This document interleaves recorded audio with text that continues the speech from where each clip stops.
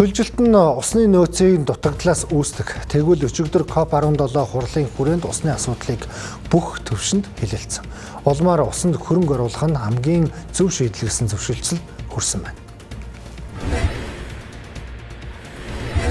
Усны газрын зүгээс нэг өчигдрийн усны өдөр дээр хоёр агуулгын мессежийг олон түмэнд дэлхийн нийтэд хүргэх.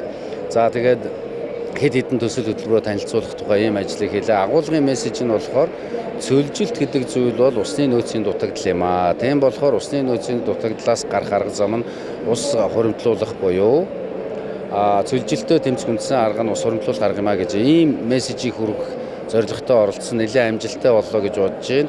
Монгол улсад хэрэгжүүлэх гэж оролдож байгаа 333 нуур гэдэг нуур хамгаалах Монгол загвар гэдэг энэ хоёр агуулга маань олон нийтэд бол нэлээд хүчтэй хүрлээ гэж бодож байна. За түрүүчээс одоо жишээлбэл Азийн хөгжлийн банкнаас 56 сая долларын зээл олгоход бэлэн гэсэн бид бол усны хөрөнгө оруулалтын дээр бусад хөрөнгө оруулалттай адилхан мөнгө л олдож байвал болоо. Тэгээд дараа нь бид нар төлчин гэдэг зүйл байхгүй.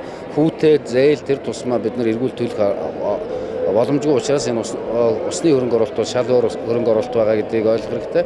Хоёрдугаар мессеж тийм агуулгын мессеж нь усны эхэнд байгаа улс орнд усны адагт юм уу дунд байгаа улс орнд хөрөнгө оруулалт хийх нь ирээдүйдээ эргээд тэдэнд ач холбогдол өгнө гэсэн энэ мессежийг хүргэх гэж их одоо оролдлоо. Энэ нь юу гэсэн үг вэ гэхээр жишээлбэл Монгол улсад усны хөрөнгө оруулалт хийх нь Хятад улсад Оросын холбооны улсад ашигтай маа тэр байтугай бүс нутагт ашигтай маа гэдгийг хэлье гэж ингэж ийм байдалтайгаар оролцлоо.